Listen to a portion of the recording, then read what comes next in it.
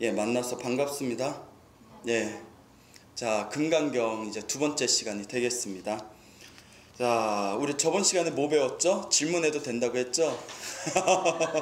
예, 자신의 언행에는 자신의 책임이 따릅니다. 예, 자, 우리가 저번 시간에 금강경 본문에 본격적으로 들어가기 전에 기본적으로 알아두어야 할 사항에 대해서 우리가 공부했죠? 그래서 부처님의 경전을 이제 84,000가지 부처님의 법문을 모아놓으신 8만대장경 부처님의 경전을 어떤 관점에서 분류할 것인가 라는 부분에 대해서 우리가 잠시 이야기를 나누었습니다. 그래서 우리가 부처님의 경전은 크게 두 가지 부류로 나눈다고 했죠. 그게 뭐죠?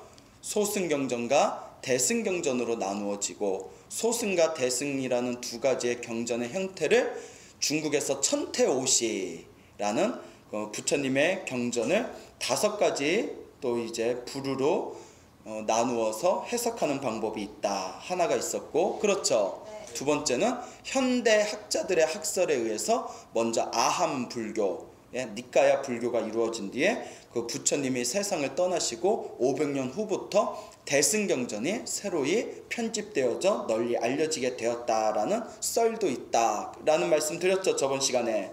그 다음에 세 번째는 그렇죠, 용수보살의 대지도론에서 말하는 전통적인 그 경전에 대한 결집관, 그래서 부처님께서 말씀하신 내용을 3장, 경율론 3장을 마하가섭과 아남스님과 그리고 우바리 스님이 500명의 아라한과 결집을 해서 만들어진 경전의 형태가 있고, 따로 천상세계에서 문수보살이나 보현보살이나 그런 대보살들이 대승경전을 따로 결집하였다라는 대지도론에서 말하는 신화적인 의미의 경전 결집관이 있다라는 말씀을 드렸습니다. 맞습니까? 예, 그리고 우리 이제 금강경은 그 중에서 대승불교의 가장 골수본문이라 할 수 있고, 그리고 우리가 대승경전에서 가장 기초이자 가장 중요하게 여겨야 할 반야부의 경전, 반야부 경전이 모두 몇백 부가 있다고 했어요? 그렇죠. 600부의 반야부의 경전이 있는데, 600부의 반야부 경전 중에서 우리 금강경은 몇 번째에 들어간다? 그렇죠. 577번째에 들어간다. 비록 577번째에 들어가지만 금강경 자체는 이미 인도에서부터 굉장히 사랑받았던 하나의 독립되어진 경전으로서 중국에서 한문으로 번역되어진 대표적인 한역본이 몇 본이 있다? 예, 6본이 있다. 현재 남겨져 있는 6본이 있다라는 말씀을 드렸습니다. 맞습니까? 그래서 지금 우리가 공부하고 있는 금강경의 번역본은 누가 번역하신 것이다? 구마라집 스님께서 번역하신 것이다. 자, 그리고 금강경은 금강경 자체를 크게 두 가지의 입장에서 바라볼 수가 있다. 그 두 가지의 입장이, 하나는 공덕경, 기억나십니까? 공덕경, 뜻을 알고 독경하건 뜻을 모르고 독경하건 부처님의 말씀이 담겨져 있는 금강경을 독송하는 것만으로도 강력한 한량없는 공덕을 얻게 되기 때문에 우리가 무슨 경이라고 부른다? 공덕경이라고 부른다. 그 다음에 또 무슨 경이라는 의미가 있다? 지혜경이라는 의미가 있다. 그래서 부처님의 놀랍고도 심오한 아주 깊이 있는 우리 불교의 철학과 사상과 가르침이 녹아내려져 있기 때문에 우리가 금강경을 무슨 경이라 부른다? 지혜경이라고도 부른다라는 것을 저번 시간에 우리가 간단하게 살펴봤습니다. 다 기억나시죠? 자, 그러면 금강경의 이제 제목으로 한번 넘어가 볼까요? 자, 금강경의 제목이 어떻게 되죠? 금강 반야 바라밀경이다. 여러분들 보시고 계시는 이 노란색 책 있죠? 우리가 이 노란색 책을 보는데, 자, 예전에 제가 금강경 강의했을 때는 대한불교 조계종 출판사에서 나온 표준 금강경으로 강의를 했거든요. 근데 그 표준 금강경은 우리 8만대장경, 고려대장경의 판본을 딴 것이 조계종 출판사에서 나온 표준 금강경입니다. 아시겠죠? 그리고 지금 우리가 보고 있는 이 노란색, 독경할 때 쓰는 이 노란색 금강경, 이 책은 현행본이라고 합니다. 오래전부터 우리 오래전부터 우리 조상뻘 되시는 스님들께서 한국 불교에서 보편적으로 독경하면서 읽어오시던 본을 현행본이라고 부르게 됩니다. 아시겠죠? 그러면 이 노란색 책자로 이루어진 이 현행본 금강경과 고려 팔만대장경을 저본으로 판본으로 삼은 대한불교 조계종 출판사 표준 금강경은 차이가 있다 없다? 무슨 차이가 있을까요? 있다면서 그냥 던진 건가요? 예? 자, 어떤 차이가 있냐면, 자, 뜻을 이해하는 데 있어서는 별다른 큰 차이가 없지만 중간중간에 글자 하나가 더 들어있거나 글자 하나가 빠져있는, 약간 그렇게 심각할 정도는 아니고 약간 조금 내용에 다른 부분이 있습니다. 근데 뜻을 이해하는 데 있어서는 문제가 있다 없다? 예, 문제가 없습니다. 그냥 글자 하나가 더 들어있거나 글자 하나가 더 빠져있거나 정도의 차이니까 여러분들 지금 우리가 노란색 책자로 이루어진 현행본 금강경을 보든 그 조계종 표준 금강경, 고려대장경을 판본으로 삼은 그 금강경 책을 보든 약간 조금 단어상에 있어서 좀 틀린 부분이 있다 하더라도 전체적인 뜻과 내용에는 문제가 없으니까 여러분들이 크게 당황하지 않으셔도 됩니다. 알겠죠? 자, 그런데 이왕 본다면 어떤 본을 보는 게 좋을까요? 고민합니까? 노란색 책자가 있으니까 노란색이 좋은 건가? 마치 이런 생각이 왔다 갔다 하죠. 이왕 본다면 고려대장경 판본으로 되어 있는 대한불교 조계종 표준 금강경이 아마 더 낫지 않을까 싶습니다. 근데 일단 우리는 요 노란색 책을 오래전부터 독송해 왔기 때문에 요 노란색 책자로 이루어진 금강경, 요 현행본 금강경을 또 우리가 이것을 교재로 삼아서 공부하겠다라는 것을 여러분들이 미리 인지하시길 바랍니다. 아시겠죠? 자, 그러면 금강경 제목을 한번 살펴봅시다. 자, 금강경. 자, 여러분 금강경을 공부하실 때 어차피 여러분 금강경 강의 한 번 듣고 금강경 다 이해한다 못한다? 만약에 하면 전생에 스님이었어. 여러분 전생에 스님이었을 것 같아요? 아니었을 것 같아요? 아니었을 것 같아요? 그래요. 내가 봐도 아니었을 것 같다. 자, 웃자고 한 말이고요. 자, 그러니까 금강경은 그냥 쿨하게 마음 편안하게 내려놓고 10번 정도 듣는다, 10번 정도 반복해서 듣는다 생각하고, 원래 금강경은 심오하고 어렵고 놀라운 가르침이 많으니까 내가 평생을 두고 한 10번 정도 내가 금강경 법문을 듣겠다 생각하시면 큰 어려움이 없을 겁니다. 알겠죠? 그러니까 여러분들이 공부하면서 금강경이 막 어렵게 느껴지면 어렵게 느껴지는 게 바로 정상이니까 너무 금강경을 막 아주 똑부러지게 이해하려고 애쓰지 마시고 자꾸 듣다 보면 뭐가 뚫리게 된다. 그렇죠. 귀가 뚫리게 된다. 귀가 뻥하고 뚫리게 되니까 편안한 마음으로 따라오시면 되겠습니다. 알겠죠? 금강경. 자, 우리 금강반야 바라밀경. 이 금강경이 사실 어느 나라에서 넘어온 경전이에요? 인도에서 넘어왔죠. 예? 인도에서 넘어왔는데, 자, 이 인도에서 넘어온 이 금강경이 원래 어떤 문자로 이루어졌을까요? 그렇죠. 산스크리트어로 이루어져 있습니다. 우리 한문에서 버머라고 하죠. 버머. 산스크리트어로 이루어져 있는데, 산스크리트어로 이루어진 금강경의 가르침이 중국에 넘어와서 한문으로 번역되어진 겁니다. 맞습니까? 근데 이제 우리가 한문으로 된 경전, 한역본을 보면 항상 느끼는 어려움 중에 하나가 한문 자체가 뜻글자예요. 그렇죠. 어떻게 한문 공부 좀 해보셨습니까? 영어 공부는 많이 하셨죠? 뭐 했어? 한글만. 그러면 한국말 잘하겠네요? 네. 괜찮다. 한국말 잘하시는구나. 자, 그래요? 자, 그런데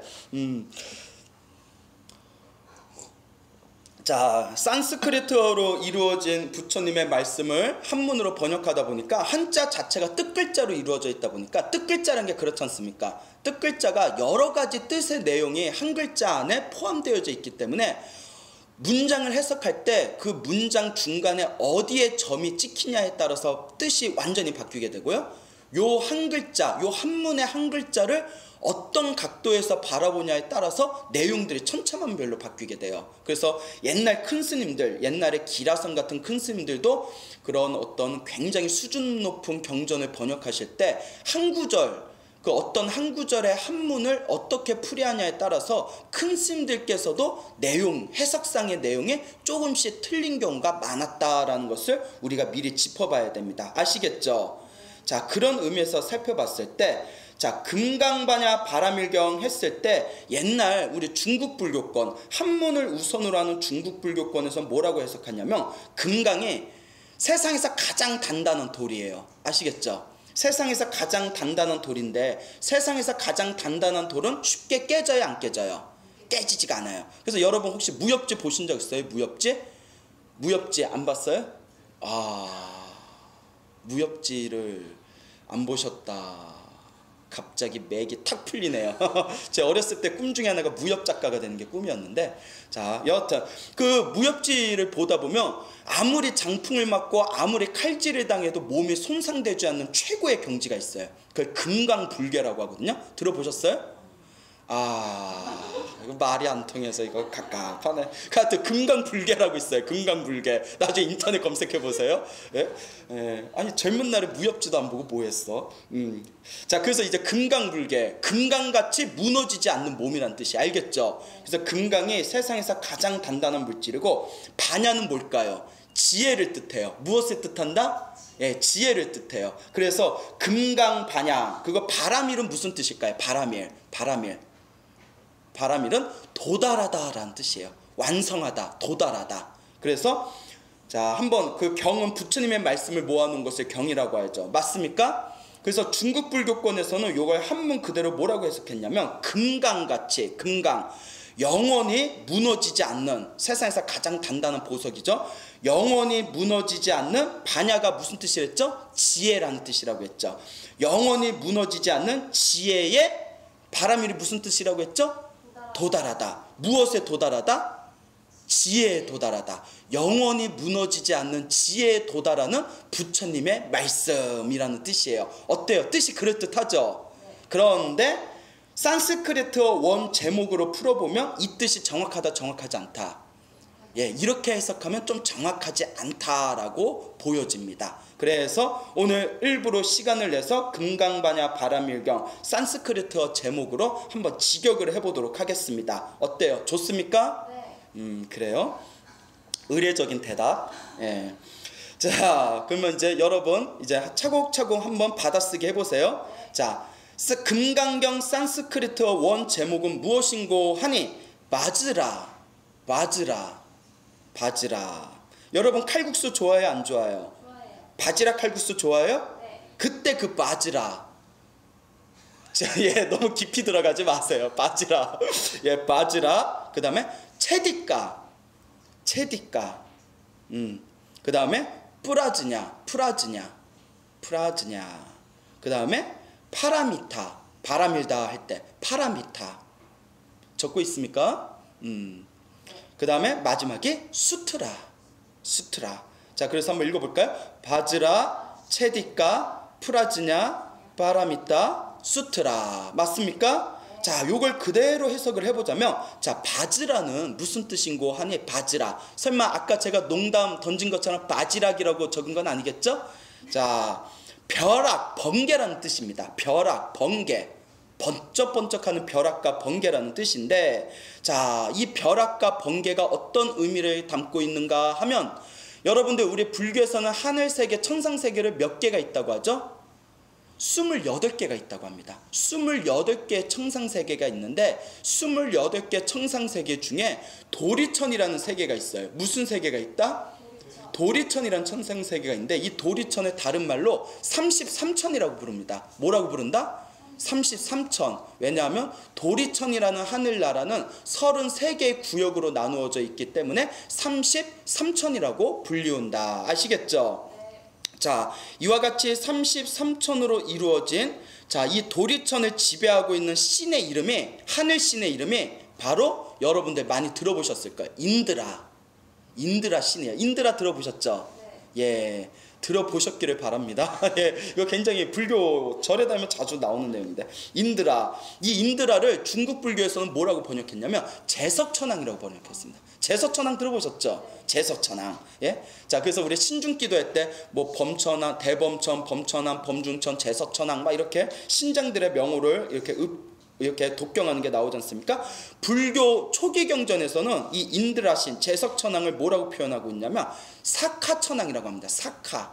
사카천왕.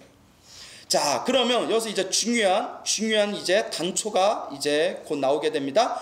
바즈라가 무엇인고 하니 이 인드라신, 이 제석천왕이 가지고 있는 이 세상의 모든 것을 부실 수 있는 가장 강력한 번개 무기, 그것을 뭐라고 부른다?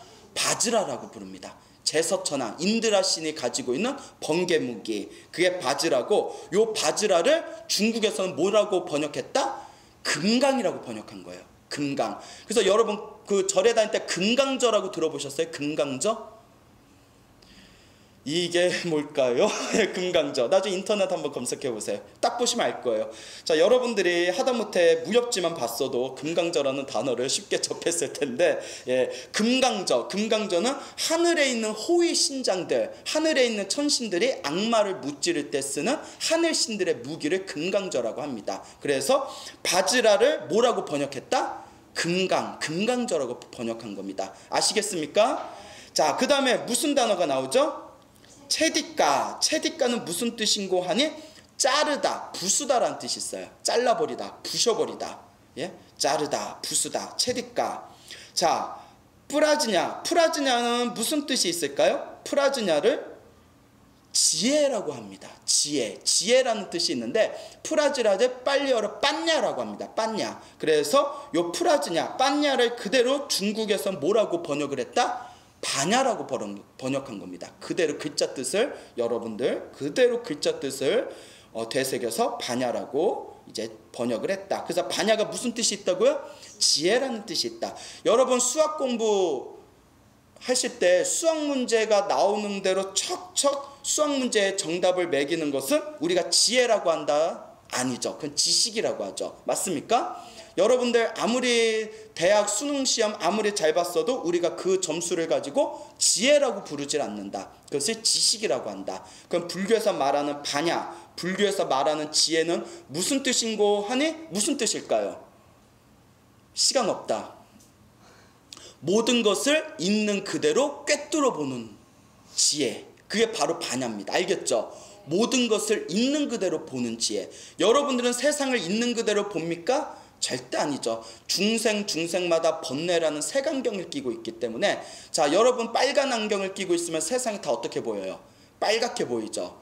노란 안경을 끼고 있으면 세상이 다 노랗게 보입니다. 근데 우리 중생은 다들 무엇의 안경을 끼고 있다?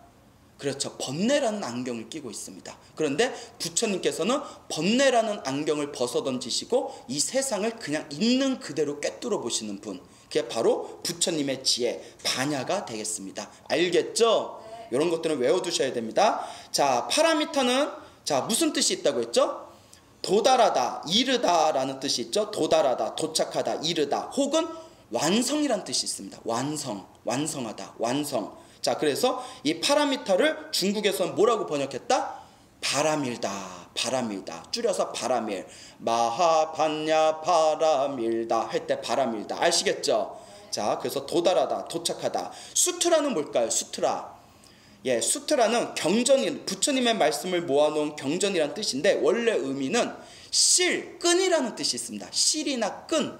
자, 왜 실이나 끈이라는 것이 의미하는 것이 무엇인고 하니 흩어진 것을 모아 하나로 꿰다라는 뜻이 있어요. 알겠죠? 이와 같이 부처님의 흩어진 말씀을 하나하나 모아서 그것을 하나로 꿰어 부처님의 말씀을 하나로 이렇게 모아놓은 것을 가리켜서 우리가 뭐라고 부른다?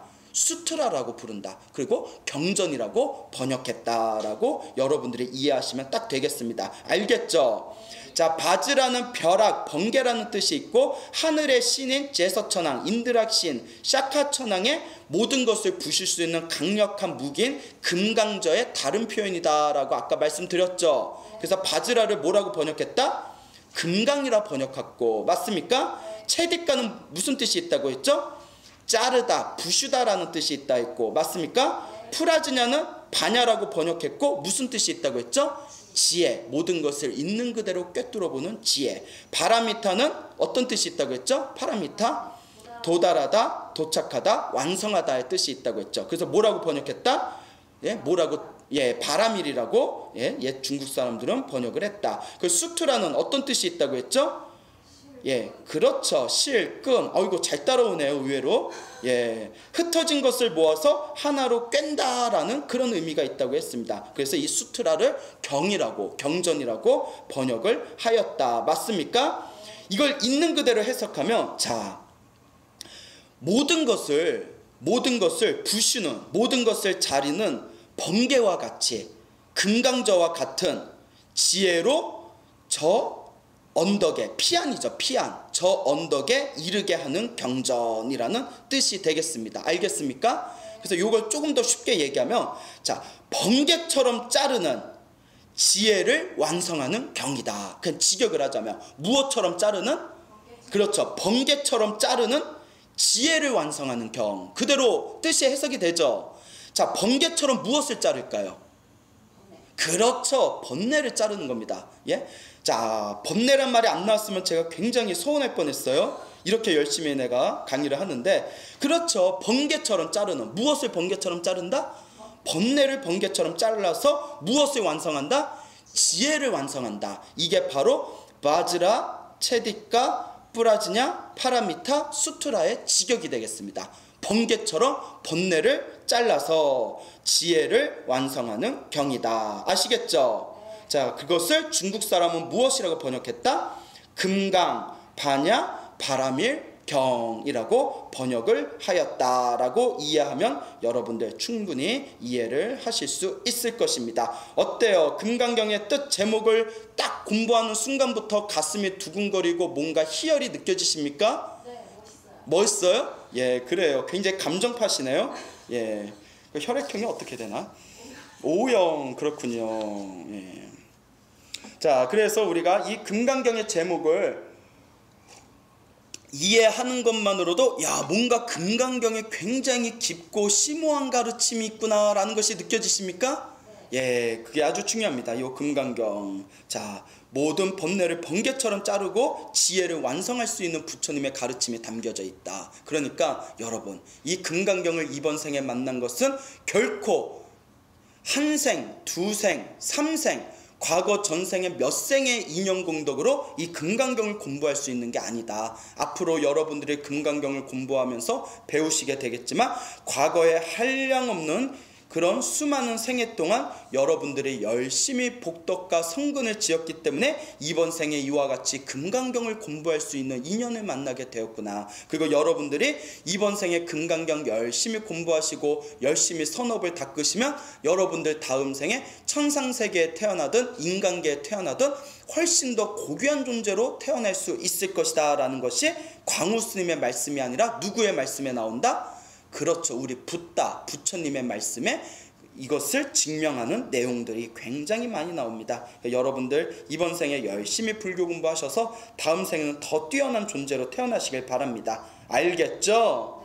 자, 그러면 금강반야 바람일경 우리가 간단하게 우리가 이제 그 제목의 뜻을 이해하였고, 자, 그런 입장에서 살펴봤을 때, 자, 우리 부처님의 경전은 크게 두 가지로 소승경전과 대승경전으로 나누어진다고 했습니다. 그렇죠? 자, 그러면 소승과 대승이라는 입장에서 봤을 때 금강경은 어느 경전에 속한다고 했죠?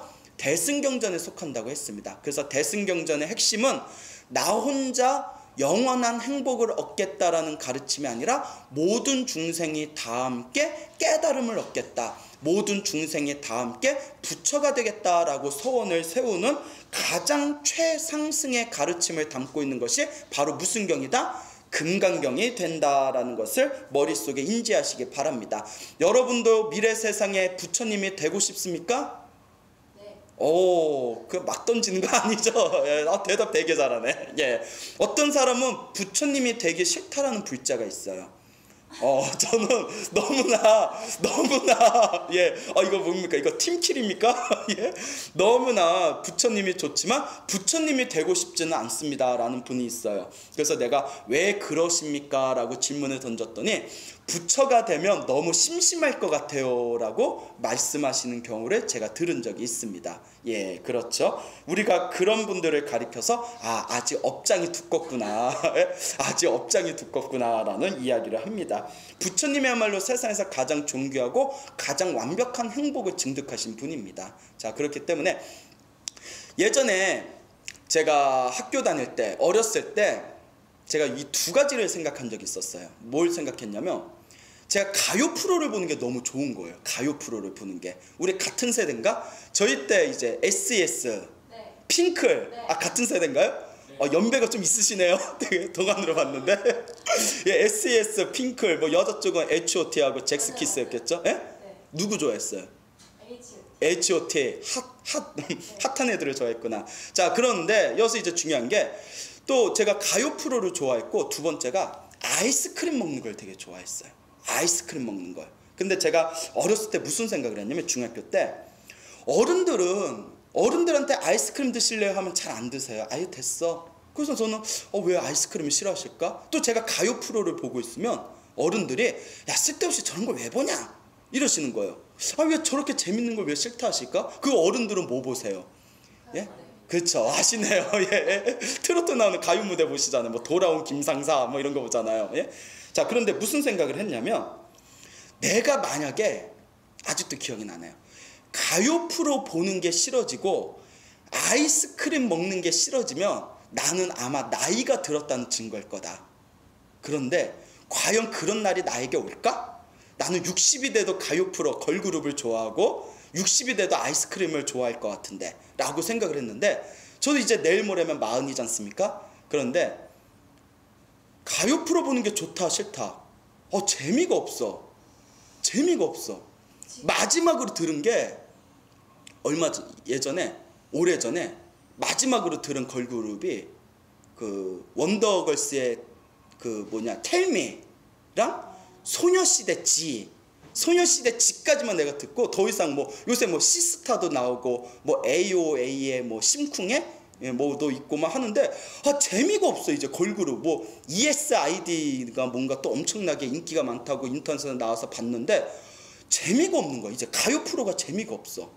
그리고 아이스크림이 별로 안 땡겨. 있으면 먹는데 별로 안 땡겨요. 그때 느낀 게 이제 내가 뭐가 들었구나. 나이가 들었나?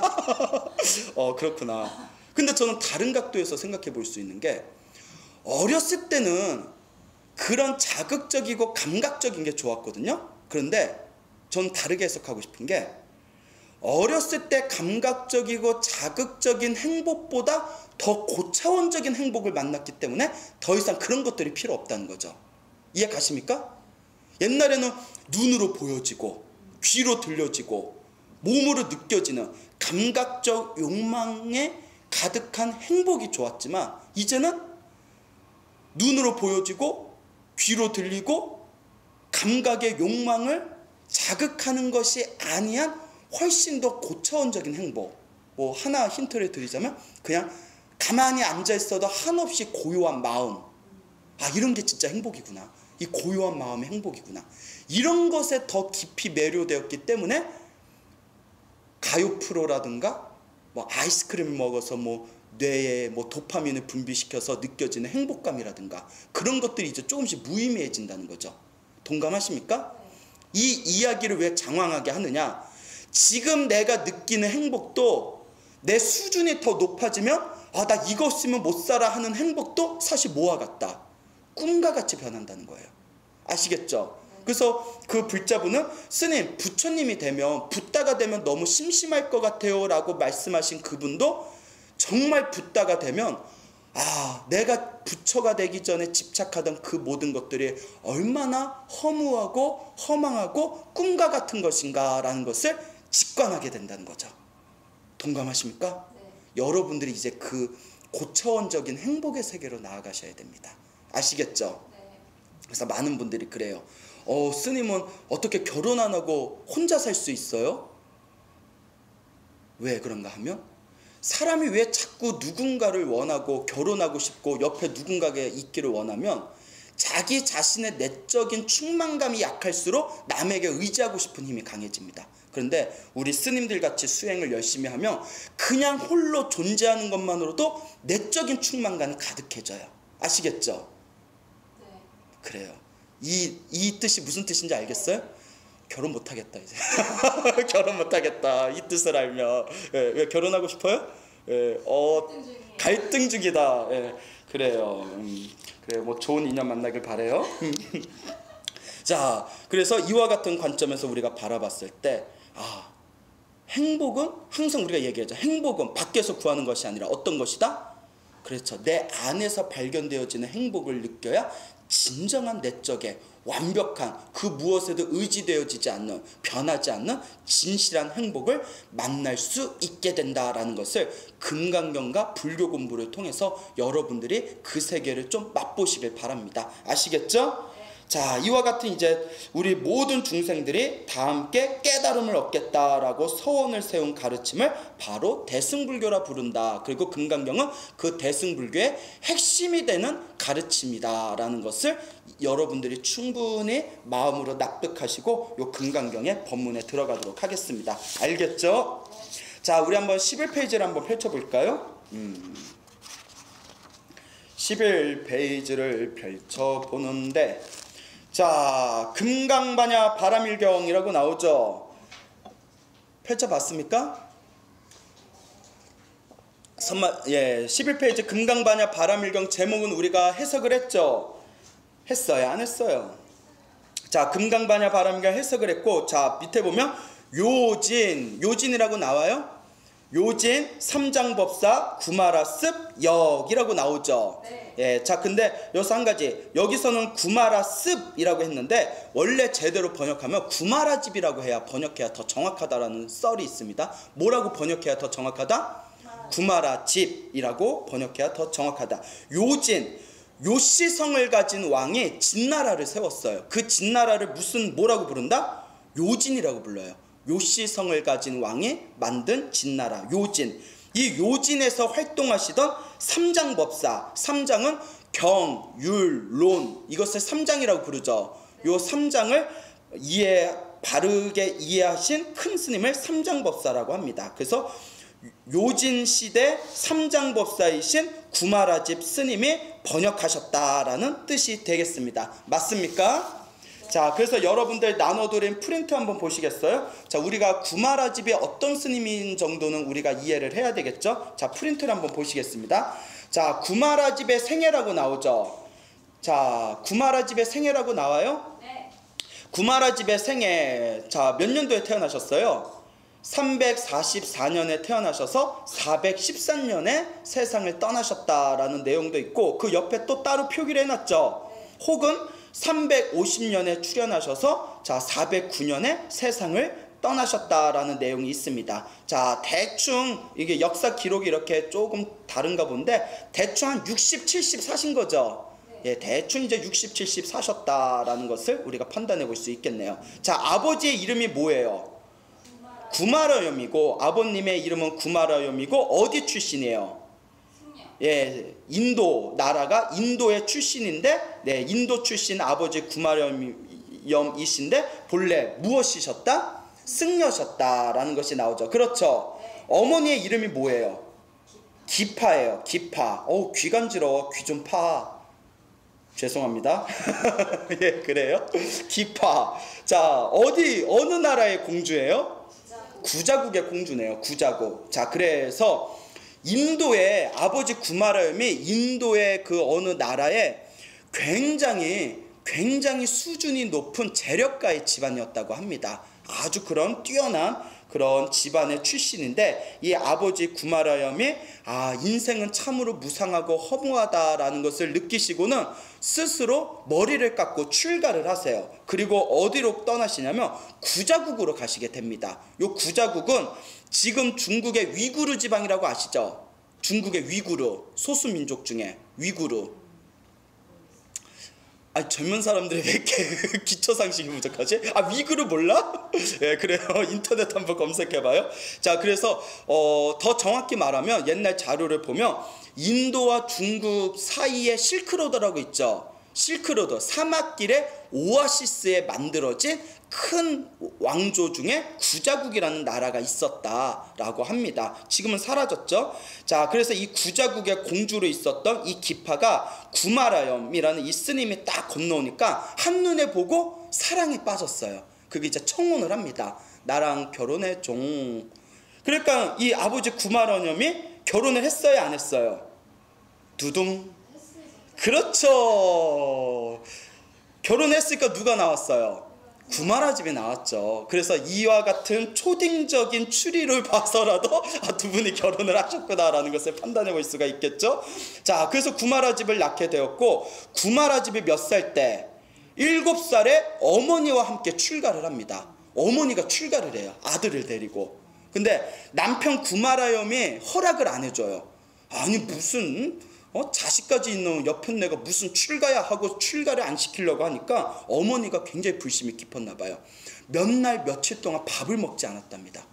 출가를 시켜주지 않으면 나 굶어 죽을래요. 몇 날 며칠 동안 밥을 먹지 않으니 비로소 남편이자 구마라 집의 아버지인 구마라염이 그래 그러면 출가해라 하고 이제 출가를 허락을 해줍니다. 그래서 이 어머니 기파 공주는 이제 구마라 집 나이 7살에 이제 아들과 함께 출가를 하게 되었다. 그리고 열심히 수행을 합니다. 열심히 수행을 해서 무슨 과일을 증득하였다? 수다원가를 증득하였다. 여러분들 우리 그 금강경 보면 금강경 중간 부분에 뭐 수다원을 증득하였느냐, 뭐 사다함, 아나함, 아라한 이런 구절 나오죠. 예, 그것이 바로 소승불교에서 말하는 생사윤에서 벗어나서 성자가 되는 4단계의 차제 중, 4단계 차례, 4단계의 차제 중에 하나인 첫 번째 1단계가 바수로 무슨 과이다? 수다원가가 되겠습니다. 수다원가를 증득하게 되세요. 그러니까 깨달음의 4단계의 깨달음 중에 1단계를 증득하시게 됩니다. 그리고 구마라 집은 하루에 계속 몇 개씩을 암송했대요? 1000개씩을 암송했다고 합니다. 자, 하루에 계속 1000개가 어느 정도냐면 여러분 눈앞에 있는 그 금강경 책을 중국에서는 300송 반야경이라고 불렀답니다. 그러면 하루에 1000개의 개송을 외웠다는 것은 적어도 금강경의 약 3배 분량의 책을 하루 안에 다 외웠다고 볼 수 있습니다. 여러분들 머리로는 상상도 못할 일이죠. 예, 그래요. 그렇게. 예. 자, 그래서 여러분 이 하루에 1000개의 개송을 암송할 정도로 굉장히 천재적인 머리를 지니고 있었다. 9살에 인도의 개빈국이라는 나라가 있었나 봐요. 인도 개빈국이라는 나라에서 반두달다 법사에게 무엇을 학습받았다? 그렇죠. 소승경론을 학습받았다. 소승불교를 배웠는데 12살의 구자국으로 돌아오는 길에 어느 아라한이 보고 예언하기를, 아라한 나오죠. 여러분 나한전 가봤죠? 네. 나한전에 앉아 계신 분들이 아라한들이잖아요. 생사윤에서 벗어나서 완전한 행복을 증득하신 위대한 성자들의 아라한이라고 하지 않습니까? 소승불교의 목표가 어디까지예요? 아라한이잖아요. 자, 아라한이 보고 예언하기를 이 사미가 누구예요?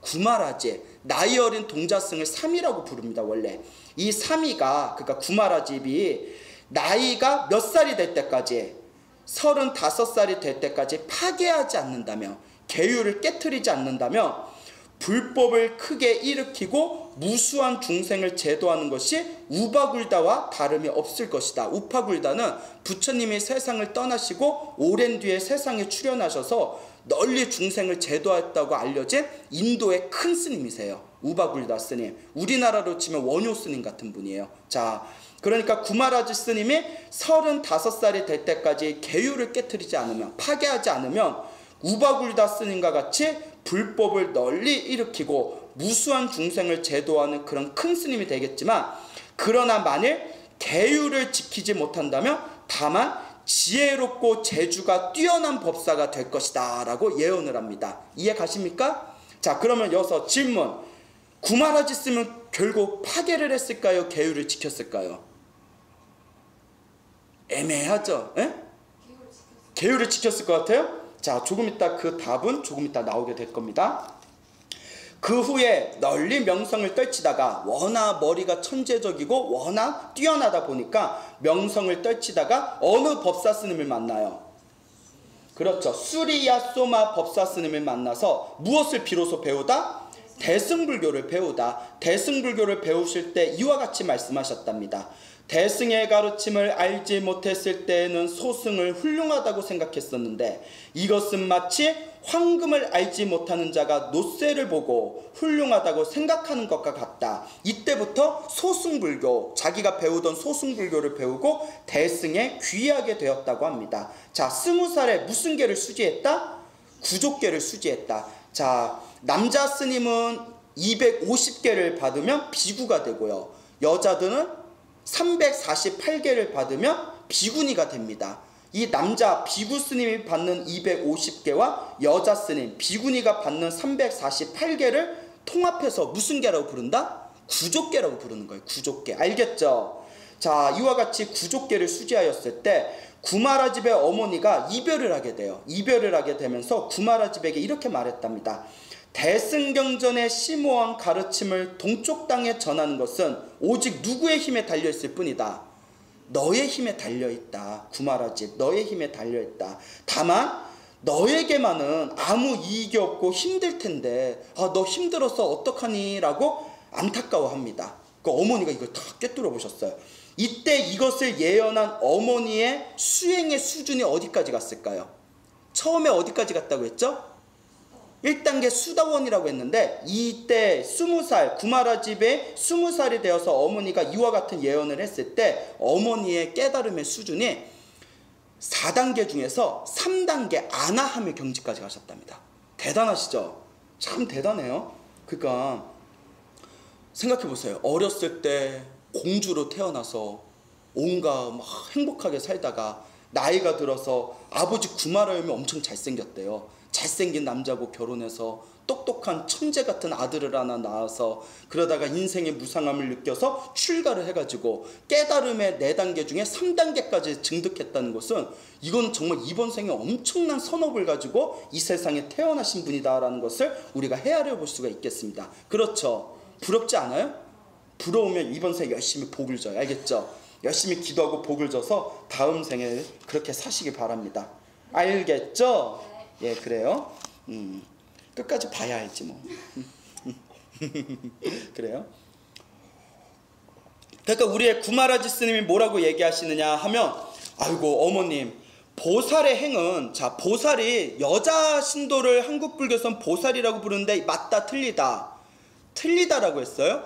위로는 깨달음을 구하고 아래로는 모든 중생을 제도하고자 대승의 서원을 세운 모든 수행자들을 보살이라고 부릅니다. 알겠죠? 그러니까 한국 불교가 희한해가지고 자꾸 여자 신도를 보살이라고 하는데 저도 어쩔 수 없이 그것에 따르긴 하지만 맞다 틀리다.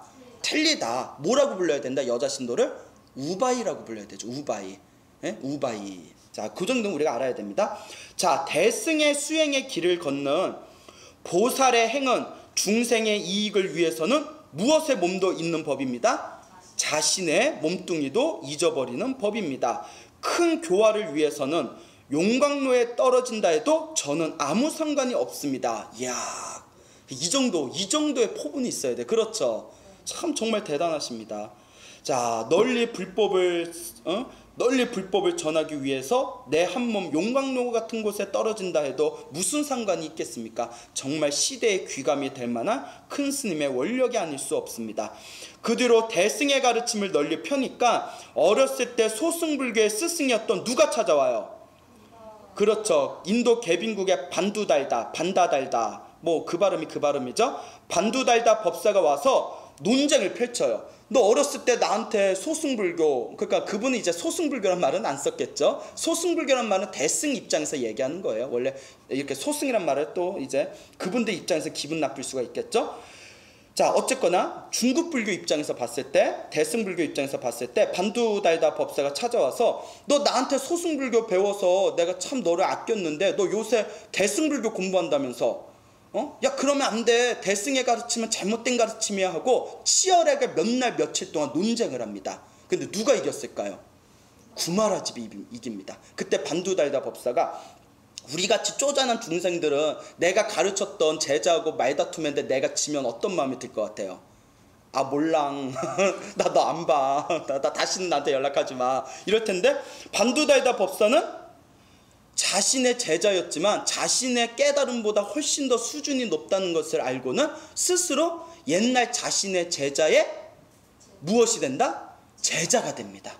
이제부터 그대가 나의 스승입니다. 나에게 대승의 가르침을 전해 주십시오. 정말 대단하지 않습니까? 구마라 집도 대단하지만 자신의 어렸을 때 제자였던 자신의 그 제자에게 오히려 스승이 되어달라고 청을 한 반두달다 법사도 정말 범상치 않은 분이었구나. 정말 대단하신 분이다라는 것을 우리가 또 미루어 짐작할 수가 있겠습니다. 이와 같이 그 이름이 천하에 퍼지게 되었을 때 383년에 진나라 왕 부견이라고 있었어요. 부견. 누가 있었다? 근데 이 부견이 굉장히 불심이 깊었나 봐요. 이 부견이 구자국에서 뭐라고 하냐면 구마라지 스님을 우리나라에 좀 보내주십시오 부탁을 했는데 구자국에서 보내요, 안 보내요? 우리나라의 큰 스님이신데 우리가 왜 우리 큰 스님을 너네한테 보내냐 하고 양보를 안 하는 거예요. 그래서 부견이 구마라지 스님을 모셔오기 위해서 대장군 여광 장군을 시켜가지고 이 여광으로 하여금 어디를 치게 하였다? 구자국을 치게 합니다. 이야, 스님 하나 모셔오려고. 그래서 여광은 구자국을 친 뒤에 구마라집을 데리고 양주 땅으로 왔는데 양주 땅에 와보니까 이미 자신의 왕이었던 부견이 패하였다는 말을 듣고는 에휴, 어차피 나라가 망했는데 내가 뭐 돌아갈 데도 없고 내가 그래도 군사들이 많으니까 차라리 내가 이 양주 땅에서 나라를 세워서 뭐가 되자, 임금이 되자 하고 이 대장군이었던 여광이 스스로 임금이 됩니다. 아시겠죠? 자, 자기가 임금이 되었는데 사실 여광 장군, 이 임금이 된 여광 장군은 불심이 있어요, 없어요? 원래 불심이 없고 자신의 왕이었던 부견이 야, 구마라지 스님 좀 모셔와라 해가지고 구자국까지 갔던 거거든요. 그러니까 자기가 데리고 있는 구마라지 스님에 대해서 조금도 존경심이 없었대요. 그리고 오히려 그냥 구마라지 스님을 막 이렇게 오히려 좀 괴롭히고 못살게 구는 면도 있었다고 합니다. 그래서 이 여광이 어떤 짓을 저질렀냐면 구마라지 스님이 계율을 너무 잘 지키고 있으니까 약간 그냥 심통이 났나 봐요. 그냥 업장이 두꺼워서 그래. 구마라지 스님으로 하여금 술을 엄청 많이 마시게 한 뒤에 정신이 혼미해졌을 때 기생방에 집어넣습니다. 기생방에 집어넣어요. 그리고 정신이 혼미해진 틈을 타가지고 결국 그 기생과 합방을 해가지고 자, 여기서 두둥, 계율을 파괴했다 파괴하지 않았다. 예, 계율을 파괴하고 맙니다. 술에 취해서. 술이 웬수야. 술이 웬수야. 그래서 그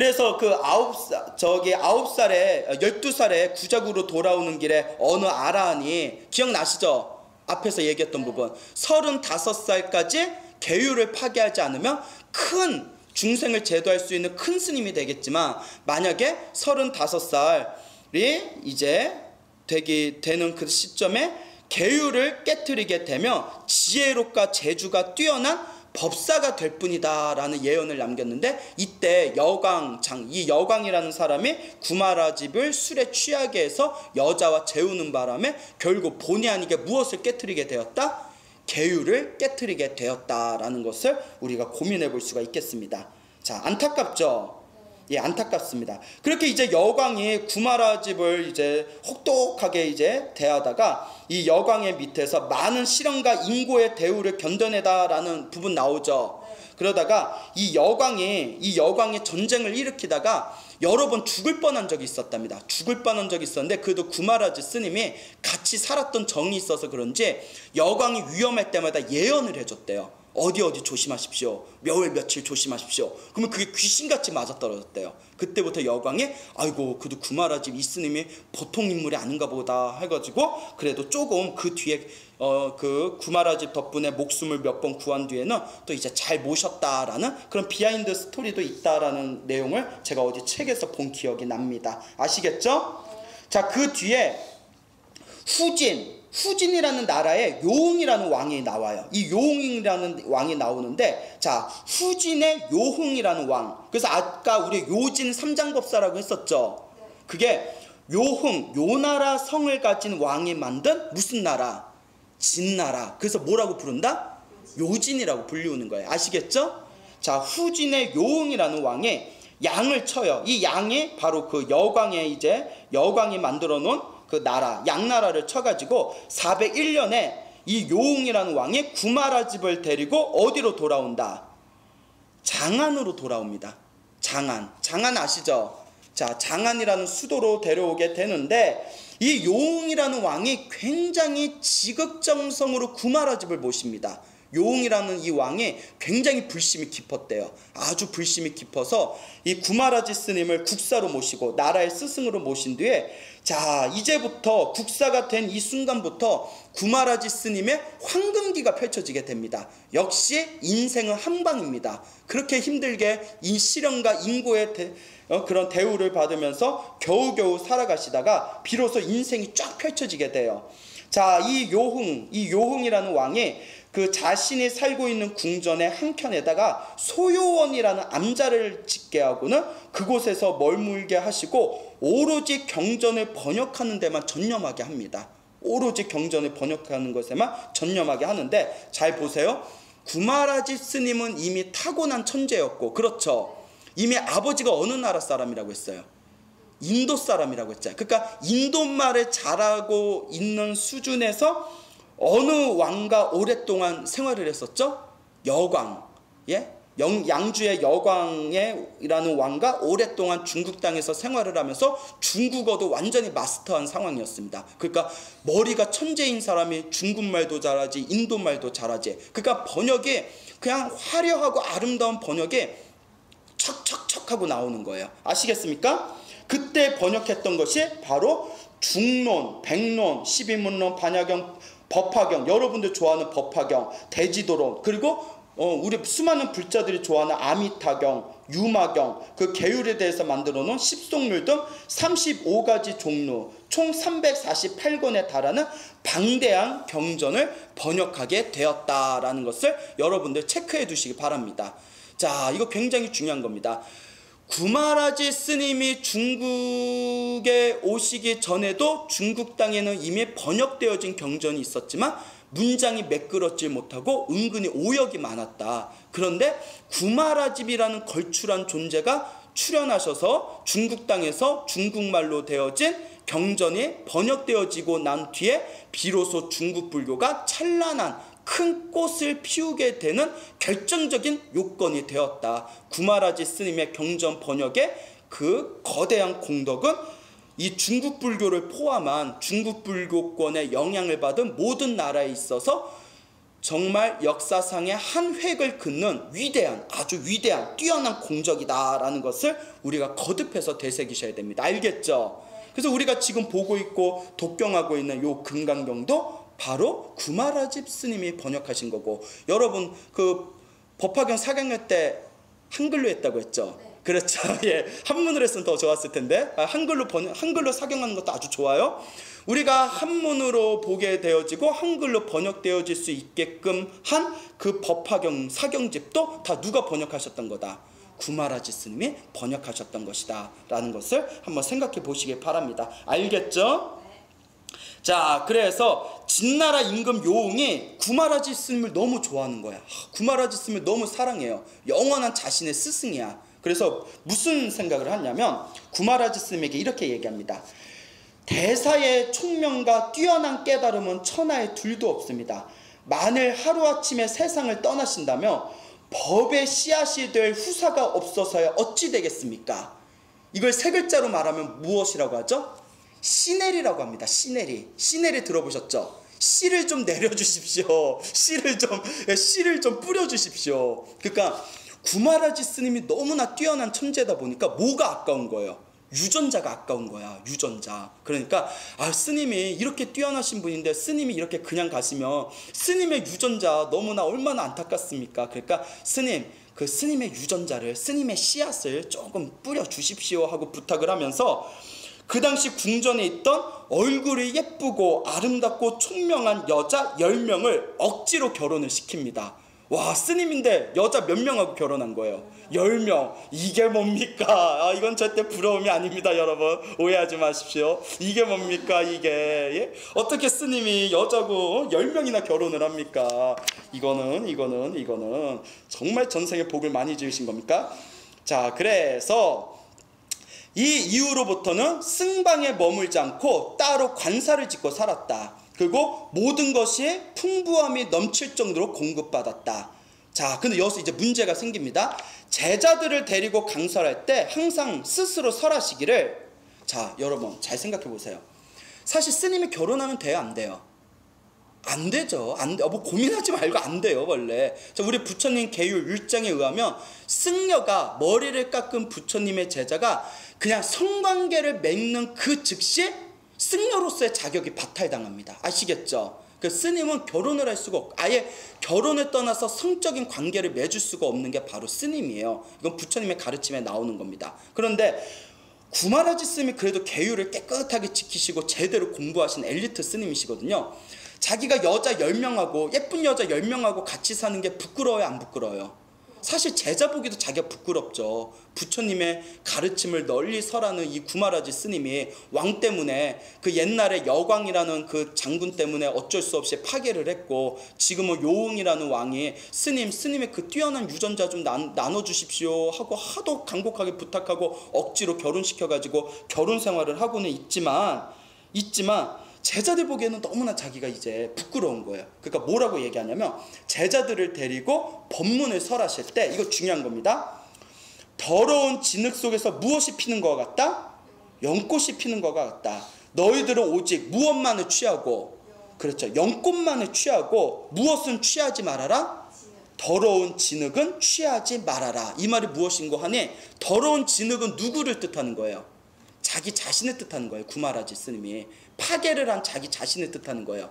나는 더러운 진흙과 같은데 내가 설하는 법문은 더러운 진흙에서 핀 뭐와 같다? 연꽃과 같다. 아시겠죠? 그러니까 내가 너희들에게 가르쳐주고 있는 이 소중한 부처님의 법문, 이 가르침만을 취하지 내가 결혼 생활하고 파괴한 나의 모습은 절대 보지 말아라 라고 부탁을 하고 있는 것입니다. 알겠습니까? 그리고 그 기록에 의하면 안타깝게도 그렇게 10명의 여자하고 같이 생활했음에도 불구하고 아들이 있었다 없었다. 예, 후사가 없었답니다. 안타깝네요. 예? 어떻게 여자가 10명이나 있는데 애를 하나도 못 낳냐? 그래요? 뭐 나름 사정이 있었겠죠? 자, 왜 웃어요? 예. 자, 그래서 하루는 근데 재밌는 얘기가 하나 나옵니다. 그 제자들이 자기네들도 결혼을 하고 싶어 하는 그런 일들이 막 펼쳐져요. 야, 우리 스승님도 결혼했는데 우리도 결혼하자. 그러니까 구마라집이 이거 이러다 큰일 나겠다. 나의 제자들이 나의 잘못된 모습을 보고 저 결혼하려는 마음을 일으키나 보다. 그 제자들을 다 모아놨답니다. 그 제자들 앞에서 그 바루라고 아시죠? 바리떼. 스님들의 밥그릇인 바르떼에다가 날카로운 바늘을 가득히 가져왔대요. 날카로운 바늘을 가득히 가져와서 그것을 입안에 다 털어서 그걸 씹어 먹었답니다. 한 바리떼의 바늘을 날카로운 바늘을 입에다가 씹어버렸대요. 입에다 씹어버리니까 상상이 가요 안 가요? 하고 싶지 않은데요? 누가 하래요? 그랬다고. 예.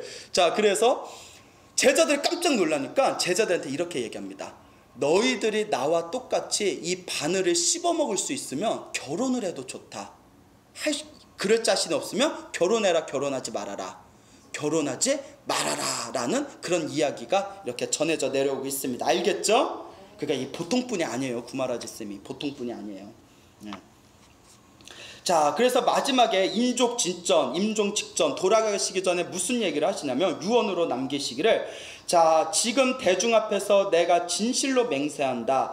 만약 내가 번역하여 옮긴 것에 잘못이 없다면 내 몸을 불태우는 화장한 후에도 나의 혓바닥만은 불에 타지 않을 것이다 라고 유언을 남겼답니다. 자, 그렇게 숨을 거두시고 나서 소요원에서 인도분이시니까 외국의 의식에 따라서 화장을 하였는데 장작이 다 타고 시신이 다 타 없어졌지만 오직 구마라집의 혓바닥은 불에 탔다 안 탔다? 불에 타지 아니하였다라는 그런 전설이 내려오고 있습니다. 즉 구마라집 스님께서 번역하신 경전은 잘못 번역된 게 있다 없다? 없다라는 그런 신화적인 어떤 상징이 되겠습니다. 자, 이와 같이 이 구마라지 스님의 그 공덕이 얼마나 뛰어난 것인가라는 것을 우리가 한번 되새겨 보기 위해서 간단하게나마 구마라지 스님의 생애에 대해서 살펴봤습니다. 집에 가셔서 이 프린트 다시 한번 자세히 읽어보시고 중간에 이해가 안 되는 부분은 구마라지 스님의 생애에 대한 부분이 인터넷에 굉장히 잘 정리들이 되어 있더라고요. 나중에 또 개인적으로 여러분들이 검색해서 찾아보셔도 나쁘지 않을 것입니다. 자, 그래서 우리가 다음 시간부터 자, 구마라지 스님께서 번역하신 금강반야 바라밀경을 본격적으로 공부하도록 하겠습니다. 자, 다 함께 합장하시겠습니다.